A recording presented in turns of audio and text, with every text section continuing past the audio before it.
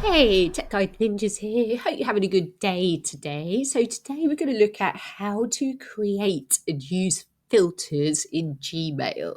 So filters are like rules for Gmail, like what you want to do with certain messages. So I'll show you how to do that. So let's get going. In your Gmail account, you're going to look at the top where it says search and you're going to click on the right hand side and show more search options. So you have a few different options here. So you can write a subject in like I have, or maybe you want to filter a message that is from like a certain email address. You can put something in here like from or to, or maybe you want to filter an email that includes certain words or doesn't have certain words.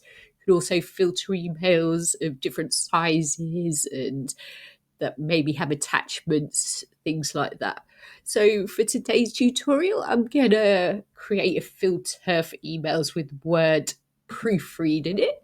So then I'm going to scroll down. I'm going to click on create filter. So then you have a few different options. So what do you want to do with these messages that have that subject? So you can choose things like skip the inbox and just archive it. You can mark them straight as read. You can star them. You can apply different labels.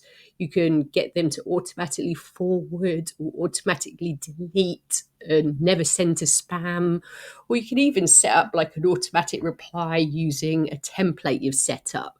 So all you need to do is just click one of these that you want to use as your filter and then click on create filter and you have created a filter. I hope that was helpful. Please like the video and subscribe to the channel. I will see you soon.